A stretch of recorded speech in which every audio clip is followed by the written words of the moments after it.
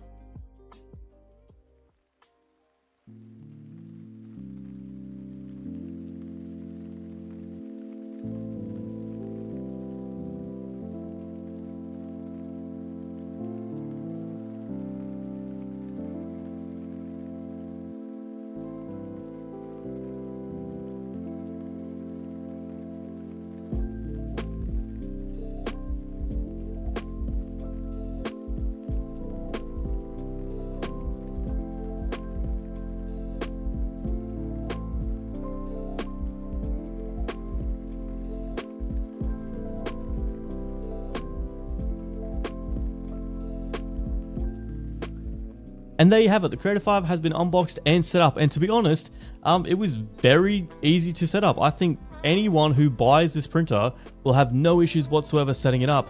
I love that the 4 tool heads are already mounted on a single module that you can just slide in on one side and then easily attach the tool heads to the actual machine with magnets and the pins.